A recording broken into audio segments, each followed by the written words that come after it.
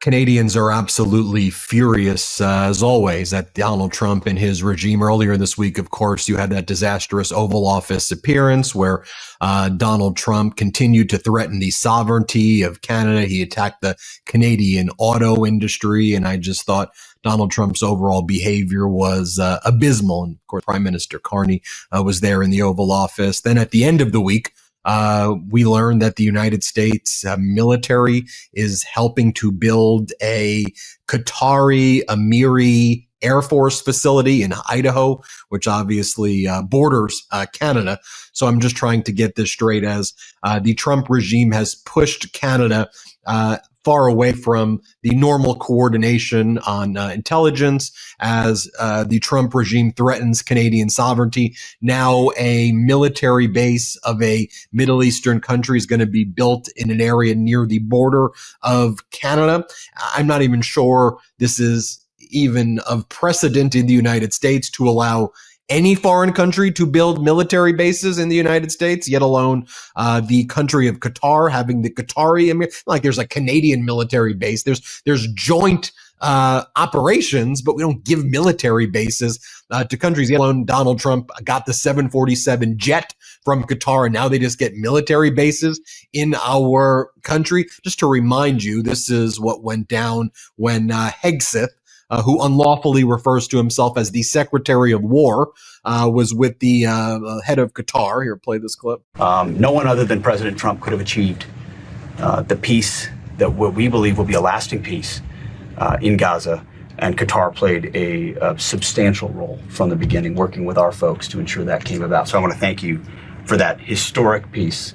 We look forward to joining the president as that gets, it's already been delivered, but as that's formally signed as well. And I'm also proud that today we're signing a letter of acceptance to build a Qatari Emiri Air Force facility at the Mountain Home Air Base in Idaho. The location will be host a contingent of Qatari F-15s and pilots to enhance our combined training, increase lethality, interoperability. It's just another example of our partnership. And I hope you know, Your Excellency, that you can count on us. Then next, you had Melania Trump bragging that she had open channel communications with Vladimir Putin.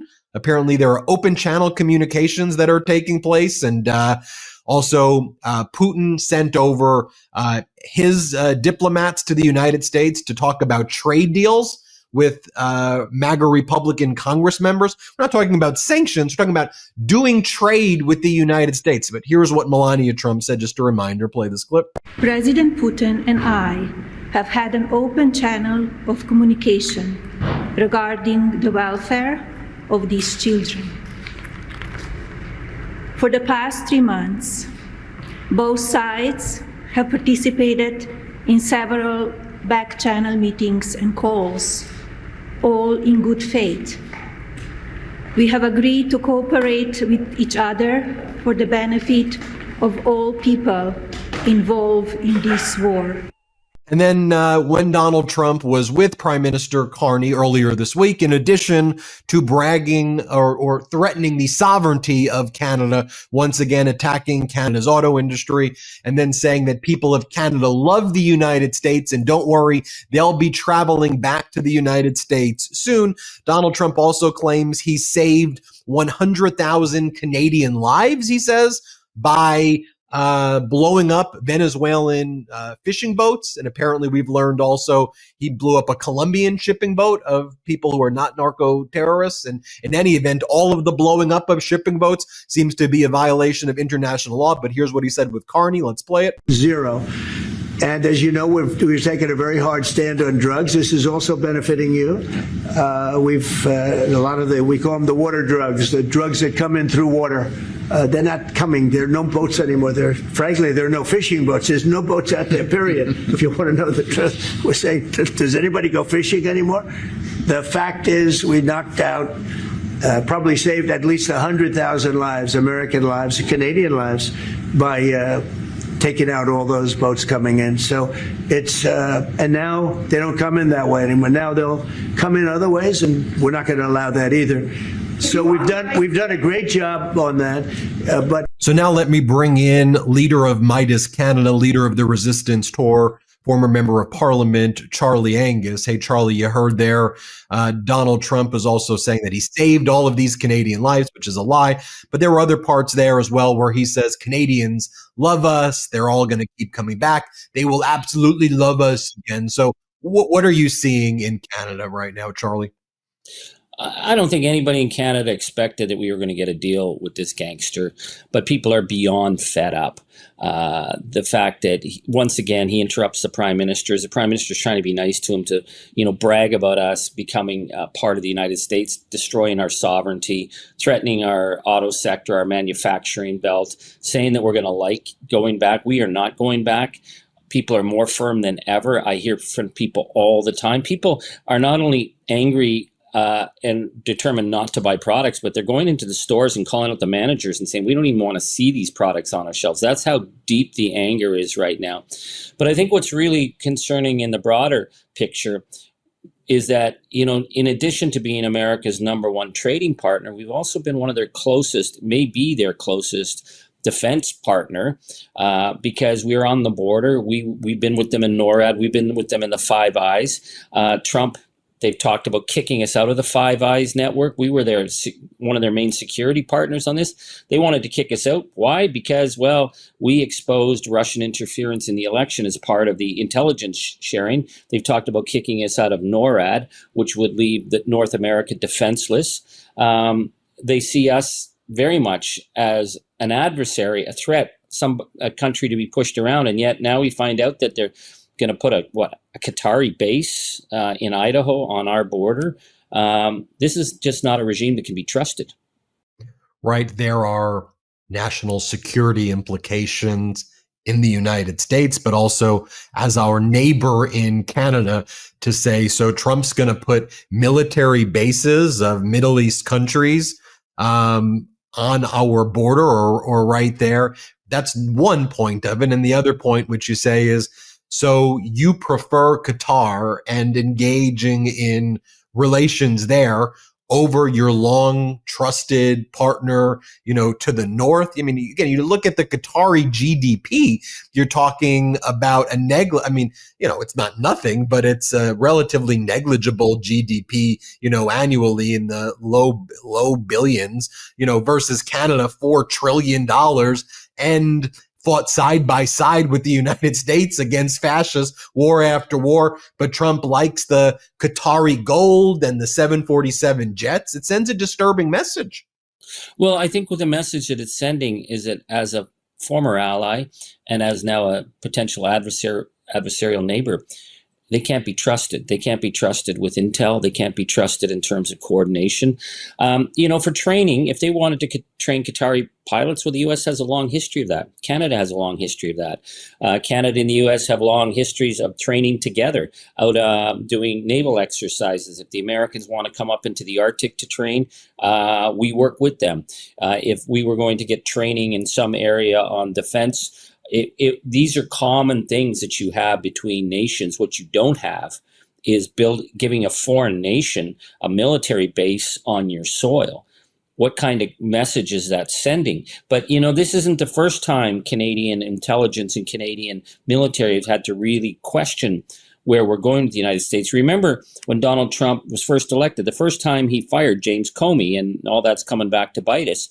Right after firing Comey, he went into the White House and met with Sergei Lavrov, who's a very militant ally of Putin, and he turned over information on an Israeli agent who was working within Syria. I mean, he gave serious intel to the Russians. This stuff's staring us in the face. This guy has given stuff to Russia again and again and again. He can't be trusted militarily. He can't be trusted with intelligence. Then we have like Pete Hegseth. I mean, my God.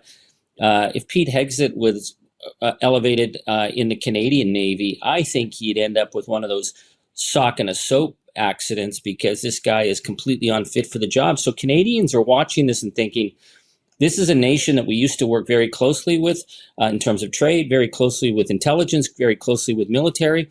We can't trust them on any front. And we're going to have to start really, really rethinking our own defense in light of this. It seemed that Prime Minister Carney was doing what he could try to do to be cordial and create some semblance of normalcy, especially as the United States, Canada, Mexico agreements are re-up for negotiations. Like I at one level, I understand he's an affable, like he's like a nice guy in general. Like that's how he is. But even when he's there and Trump behaves that way, I think it's going to get tougher and tougher for him to be that way, especially I think on his right flank when you see like the Premier of Ontario, channeling more of even an elbows up movement saying, I get it. You want to try to do this, do it. But at some point you got to hit back because you can't treat Trump like this. And so it was an interesting dynamic because I got some pushback from followers saying, Ben, you understand who Ford. I do. I totally get it. But the point I'm trying to make is you can't keep doing these Oval Office visits where Trump disrespect. That was the point I was trying to make. No, I think you're right on. I think the prime minister came back. He needed to get a win because people are questioning being nice to Trump. People have said again and again they're willing to take economic hits. We see the polling showing we're willing to take serious economic hits to stand up for our sovereignty. So when the prime minister is doing the low-key, the traditional Canadian way of like, okay, being nice to the drunk at the party so he doesn't do something stupid. But he's running out of room on that. And, Doug Ford and me and Doug Ford, we don't agree on very much. But he's channeling that anger that's out there that I'm hearing at the coffee shops where people are like, to hell with this. This is people get it. This guy's a gangster. He's pushing us around. He keeps expecting every time you're nice to him, they take ground from us. So we've got a situation where I think our prime minister is going to have to start pushing back harder. People do not want to go along any further right now when we see the United States is actually talking about changing laws. So they think that American police and American security should be able to operate on the Canadian side of the border. Well, hell with that. We're watching them attacking their own citizens in the cities, unarmed citizens. You think we're going to let them come over the border? So the prime minister is going to have to start taking a much harder line. In terms of intelligence, I can't say, but some of the military folks I've spoken with are seriously rethinking the trust that we had, seriously rethinking where we're going to put our investments, and seriously having to rethink what kind of intel are we going to be sharing with a country that's willing to, hey, you give us a jet or 747, we'll let you set up military bases in our country. If America is open for business like that with countries like Qatar, what's next? So Canada has to really rethink its role as neighbor, as trading partner, and traditionally as ally. Charlie, before we go, we know that Donald Trump and his regime watch this. We know that the ambassador to Canada watches this. He sent you letters letting us know that he watches this and watches you. What's your message right now to the Trump regime? Well, Donald, your latest behavior, was it planned to just really, really piss us off, to really push us further? What was once your best neighbor, your best friend? Well, we aren't friends anymore. We get that. The fact that you sent Pete Hoekstra, and we know that Meidas lives in Pete Hoekstra's head. He seems to be obsessed with this. Well, Pete, the day's coming when people are going to start demanding you get given the bum's rush because you're just a provocateur. But what's happening now, I think, in terms of Donald Trump attacking citizens in his own country, attacking cities, and then turning American soil over to foreign military bases, I think ordinary Americans have gone along up to this point of recognizing this is way, way beyond the safe zone. So for Canadians, we're going to do what we've got to do. This elbows up movement's not stopping. The boycott is getting stronger. It's going to start putting increasing pressure on our government leaders who are now trying to feel if there's an opportunity to work with you. It ain't going to happen, Donald. We get it. People get it. Ordinary people get it. So you're boxing yourself in further and further. So do what you're going to do, Donald, but explain to American people why, like, who's next? Who else you're going to give military bases to? When's Vladimir Putin getting his rocket bases in the United States, maybe just outside of Washington? I mean, come on, anything's open with you for sale right now, including your country, including your dignity, including the soul of your people. We're not going to be sold down the river, not by you, not now, not ever. I think if you were to poll American people or the world, who do you think Donald Trump supports more, U.S. or Russia? I think overwhelmingly you would see, Russia is based on how Donald Trump's behavior is. Then I also think that if you polled Donald Trump and his MAGA base and said, who would they rather be aligned with? I think that they're so MAGA mushed brained out that they're buying into the Trump Putin, dynamic right now. Anyway, you and I will talk about that. Yeah, absolutely. It's horrific. You and I will talk more about that, but everybody go to Meidas Canada on YouTube. It's where you'll hear more of these discussions every single day from Charlie Angus. Let's get Meidas Canada to 200,000 subscribers this weekend. Thanks. Appreciate you, Charlie. Thanks so much. Want to stay plugged in? Become a subscriber to our Substack at MeidasPlus.com. You'll get daily recaps from Ron Filipkowski, ad-free episodes of our podcast, and more exclusive content only available at MeidasPlus.com.